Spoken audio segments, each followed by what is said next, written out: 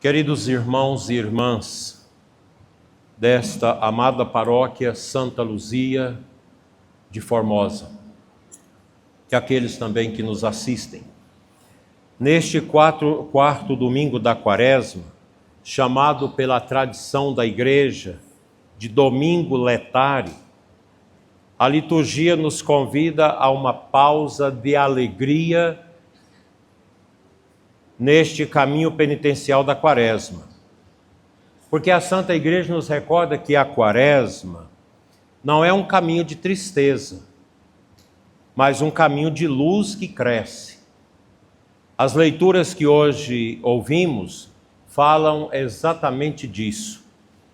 Deus escolhe, Deus ilumina, Deus abre os nossos olhos. 3 imagens atravessam toda a liturgia deste domingo. A primeira imagem do rei Davi, o pequeno pastor escolhido por Deus. A segunda, o Senhor é o nosso pastor. E a terceira, Jesus abre os olhos de um cego. No fundo, todas essas imagens falam da mesma realidade. Deus vê o coração e quer abrir nossos olhos para a verdade. Porque o nosso mundo é carregado de mentiras, muitas mentiras. E a gente fica abismado de ver tantas mentiras, sobretudo no mundo da política. Mas Deus quer que os nossos olhos se abram para contemplar aquilo que traz a paz ao coração e coloca nossos pés no caminho de Deus, a verdade. Na primeira leitura do primeiro livro de Samuel, o profeta Samuel vai à casa de Jessé para ungir o novo rei de Israel. Jessé apresenta seus filhos e Samuel vê Eliabe, forte, alto, imponente. Samuel pensa consigo mesmo, certamente é este o ungido do Senhor, um homem forte com aspecto de guerreiro. Mas Deus responde com uma frase que atravessa toda a Bíblia: o homem vê as aparências, mas o Senhor Deus olha o coração. Assim é a nossa vida. Nós às vezes olhamos as aparências e julgamos as pessoas pelas aparências. É preciso ter uma noçãozinha do que tem no coração da pessoa, senão a gente pode errar. Em todos os filhos de Jessé, que foram passando na frente do profeta, o escolhido não era o mais forte, nem o mais importante, era o menor. Estava no campo cuidando das ovelhas. Samuel foi passando um a um, mas cadê o último? Não, o último está pastoreando as ovelhas. Chama-o. Quando chamaram o pequeno Davi, então Samuel não teve dúvida. Ali estava o futuro rei de Israel. Os padres da igreja veem aqui a figura do Cristo. O bispo do século II, Melitão de Sardes, escreveu: Deus escolhe aquilo que é pequeno para confundir aquilo que é grande. Isso acontece conosco todos os dias. A gente erra nas nossas escolhas e julgamentos.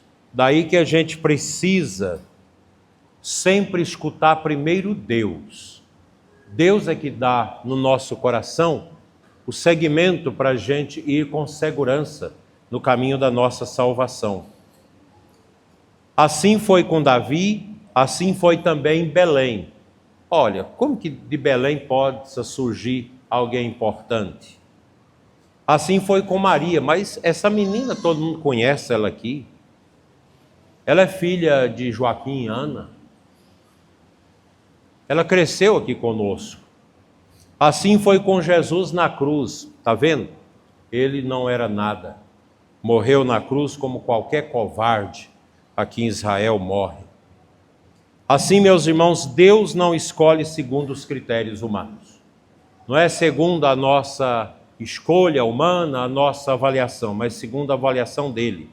Davi, o pequeno pastor, torna-se o rei. E a tradição atribui a ele um dos salmos mais amados e queridos da Bíblia, o Salmo 22, o Salmo do Bom Pastor. Este salmo eu rezo desde 1987. Às vezes já rezei esse salmo mais de 10 vezes no dia, de cor. O Senhor é o pastor que me conduz, não me falta coisa alguma. Esse salmo nasceu da experiência de quem conhecia o campo, as ovelhas e os perigos do deserto, o lobo, a raposa, as cobras, os bichos que pegam as ovelhas grandes e as pequenas. Um grande teólogo do século IV, chamado Dídimos de Blind, dizia: quem confia no Senhor como pastor não teme o vale da morte, porque sabe que o pastor caminha à frente. É um comentário que ele faz dos Salmos, deste Salmo 22. O Salmo mesmo diz: mesmo que eu passe pelo vale tenebroso, nenhum mal eu temerei. Quantas pessoas hoje vivem nos vales escuros? Jovens nas drogas, na pornografia, na malandragem, muita gente na preguiça, não quer trabalhar, vive aí numa vida miserável sem querer crescer. Isso é vale escuro. Nós temos tanta gente hoje que podia trabalhar e não quer trabalhar. E não falta serviço, mas prefere ficar com esta mesquinhez de 600 reais do governo federal, ao invés de crescer, de buscar melhorar a sua vida. Nós temos também os vales tenebrosos de doenças, de crises familiares, até de separação na família. Mas o cristão sabe que nunca está sozinho. Nenhum de nós pode pensar assim: não estamos sozinhos, porque Deus está conosco. Deus é tão grande e tão amoroso e tão pequeno ao mesmo tempo, e Ele é capaz de acompanhar cada um dos 7 bilhões e mais de homens e mulheres que existem sobre a terra. Deus conhece tudo. A segunda leitura da carta aos Efésios traz uma afirmação muito forte. São Paulo diz: outrora erais trevas, mas agora sois luz no Senhor. Ele não diz que vivíamos na escuridão. Ele diz ainda mais profundo: éreis trevas, porque nas trevas ninguém dá conta de andar. Isso significa que o pecado não é apenas um erro externo, exterior. O pecado escurece o coração da pessoa humana. Daí que o católico precisa confessar e buscar a misericórdia de Deus e purificar seu coração, para sair das trevas e entrar na luz. Um padre sírio do século IV, chamado Efrem da Síria, que é santo, ele escreveu: o pecado é uma noite dentro da alma.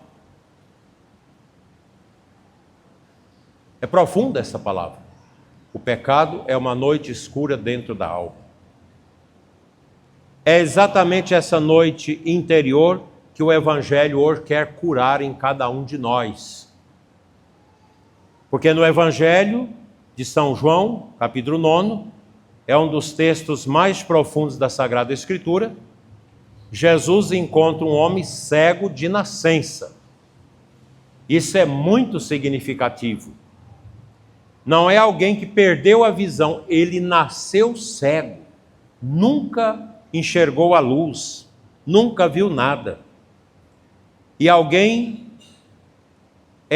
que nunca contemplou cores, pessoas, nem o rosto da sua mãe, nem do seu pai, nunca viu nada.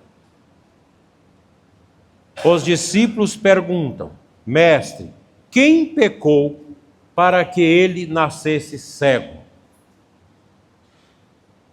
Na mentalidade antiga, pensava-se que toda criança era consequência do pecado dos pais.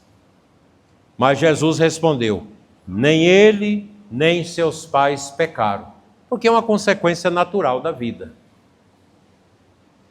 Aqui Jesus quebra o preconceito religioso da época, muito antigo.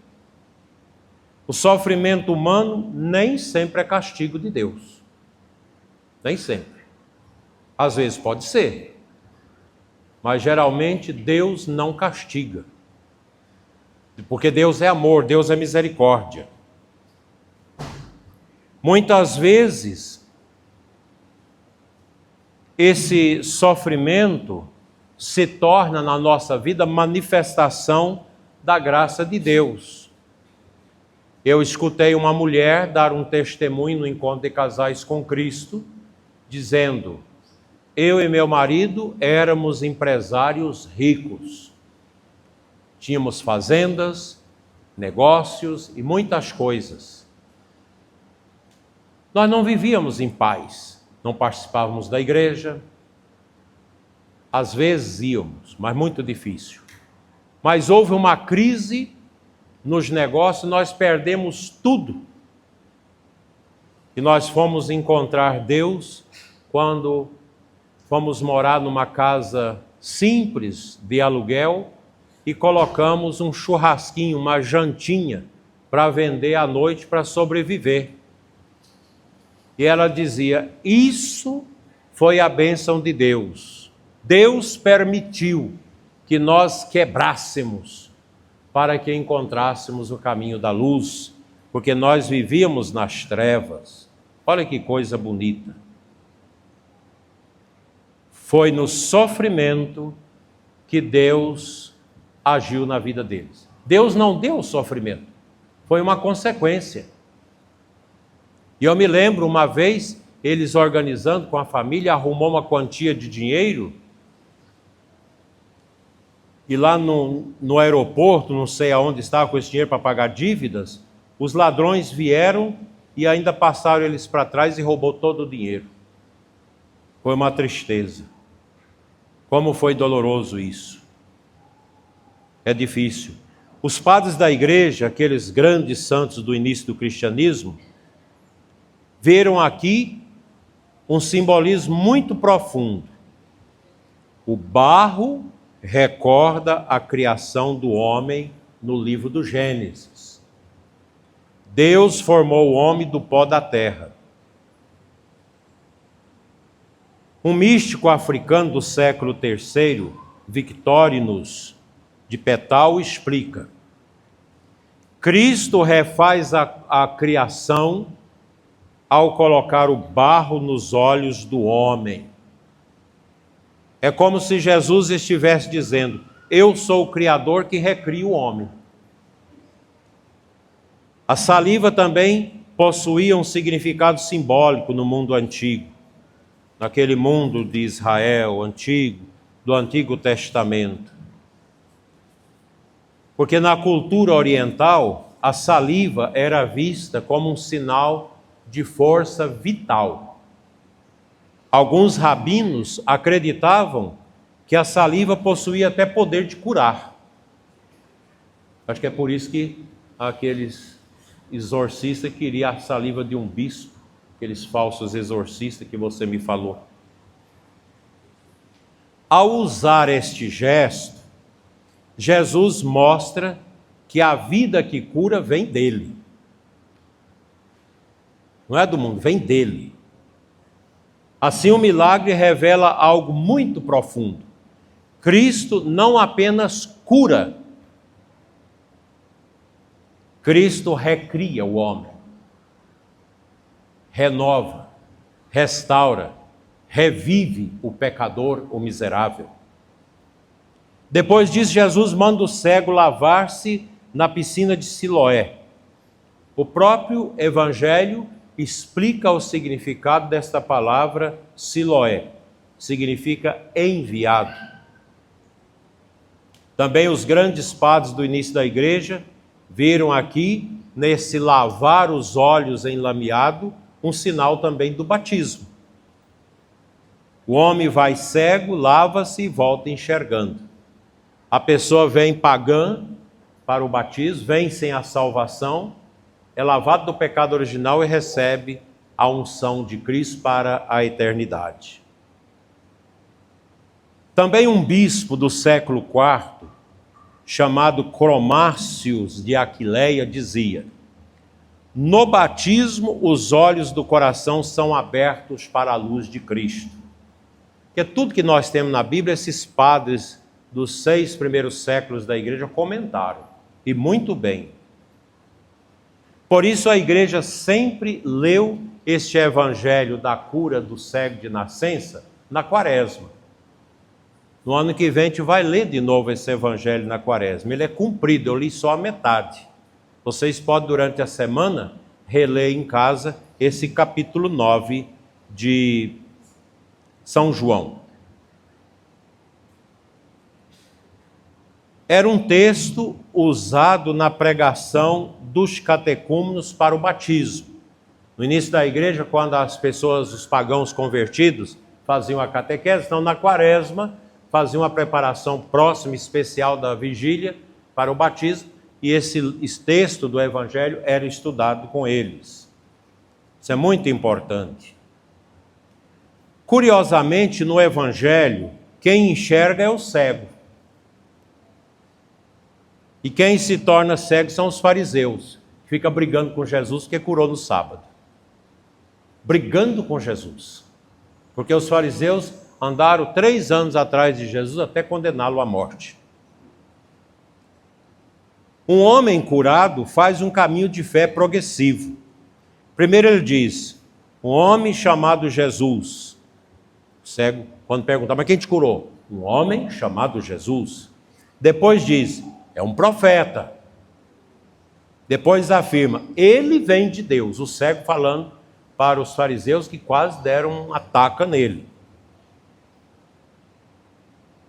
E finalmente ele diz: eu creio, Senhor. Enquanto isso, os fariseus fecharam ainda mais o coração para não crer em Jesus. Aqui, meus irmãos, está uma grande lição espiritual para nós aqui na paróquia, nas nossas capelas e comunidades. A pior cegueira não é a dos olhos. Vamos entender isso. A pior cegueira não é a dos olhos. Nunca foi. A pior cegueira é a do coração orgulhoso, do coração que não crê, do coração que julga os outros, do coração apegado ao dinheiro, que acha que só o dinheiro satisfaz. Vocês estão acompanhando aí nos noticiários a tristeza que está lá em Brasília.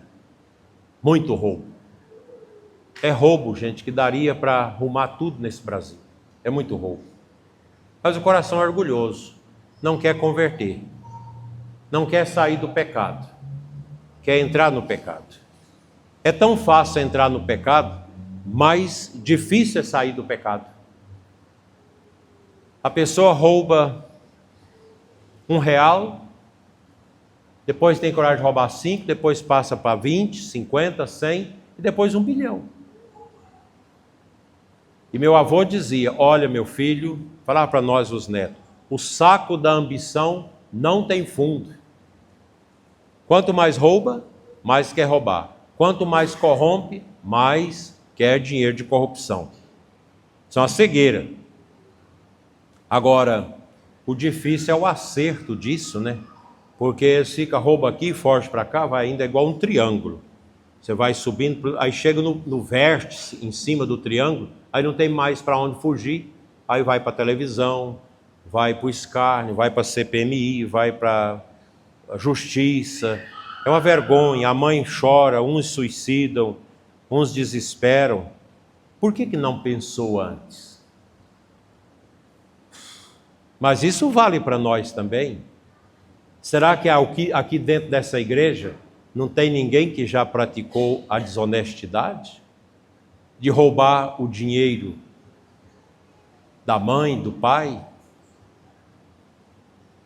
Uma mulher outro dia me perguntou: meu marido é um homem muito ruim, não deixa eu trabalhar, judia demais de nós lá em casa, deixa os meninos com roupa velha, e ele tem um monte de dinheiro escondido.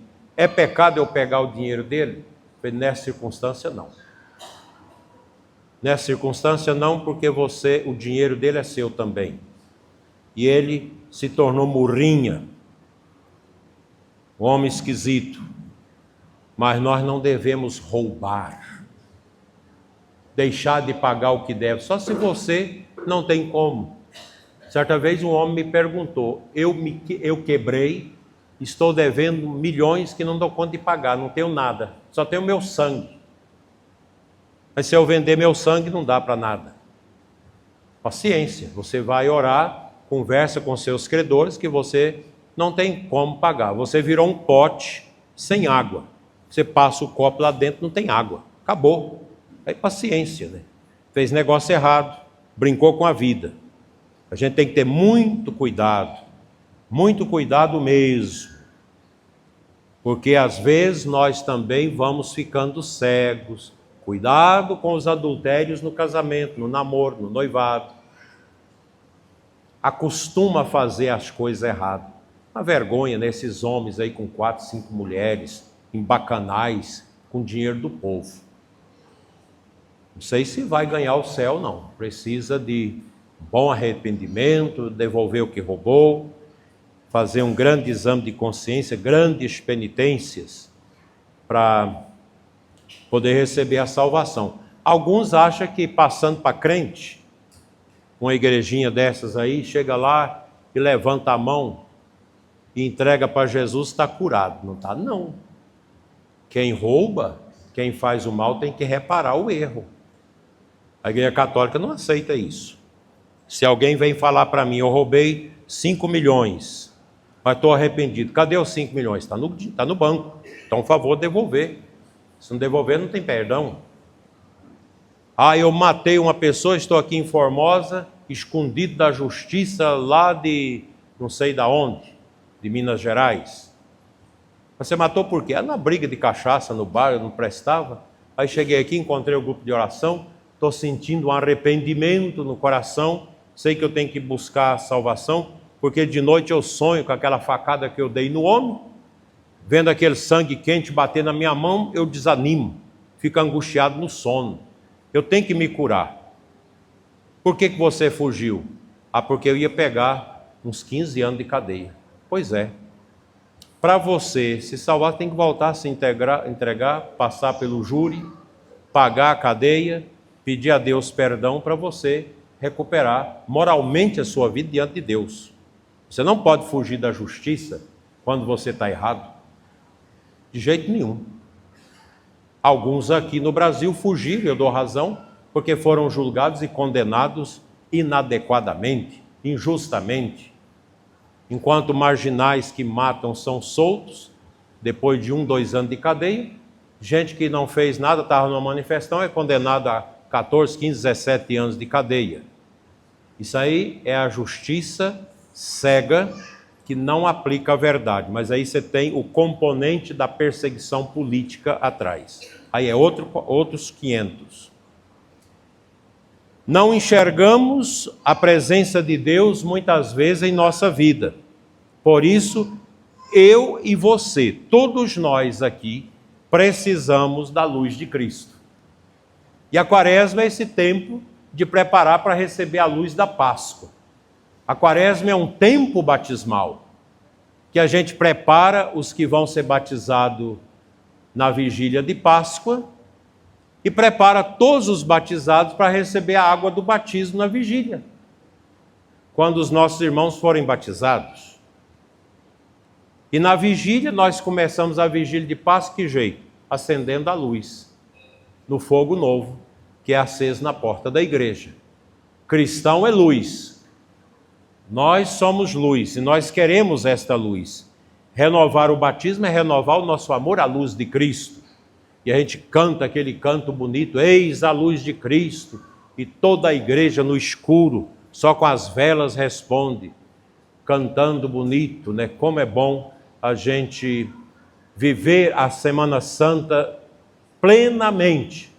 Católico não foge da paróquia na Semana Santa. Fica na paróquia para rezar a semana toda, com muita alegria. Por isso, meus irmãos, nós precisamos desta luz. E este domingo é chamado Domingo da Alegria. Por isso a gente usa essa cor rosa, que é a cor da alegria.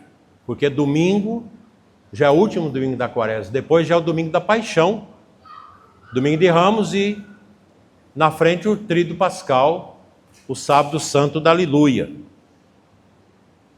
A igreja nos recorda que a luz da Páscoa já começa a brilhar no horizonte. Nós já começamos a nos preparar para a Páscoa. Preparar a nossa ceiazinha humilde lá no dia da Páscoa com toda a família. A cegueira está sendo curada em nós. A criação está sendo refeita em nós. Cristo está abrindo os nossos olhos. Meus queridos irmãos, encerrando esta nossa meditação, hoje Deus nos ensina 3 grandes verdades. Primeira, Deus olha o coração, não as aparências. Deus nos conhece por dentro. Deus não interessa a Deus se eu sou careca, se sou cabeludo, se sou gordo, se sou magro, se sou preto, se sou branco, se sou alto, se sou baixo, se sou criança ou velho. Não interessa. Interessa para Deus o que está dentro, o coração, a alma da pessoa.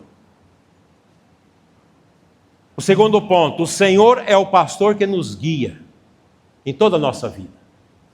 O terceiro, Cristo é a luz que abre os nossos olhos para enxergarmos a vida.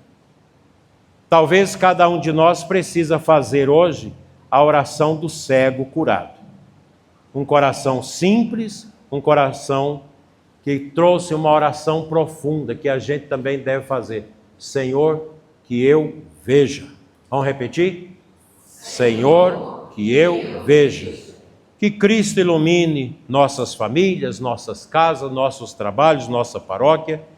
Que Cristo ilumine nossa comunidade e que possamos caminhar para a Páscoa com os olhos abertos para a luz de Deus, sob a intercessão da Imaculada Conceição, nossa padroeira diocesana, e Santa Luzia Mártir, nossa padroeira paroquial. Assim seja. Amém.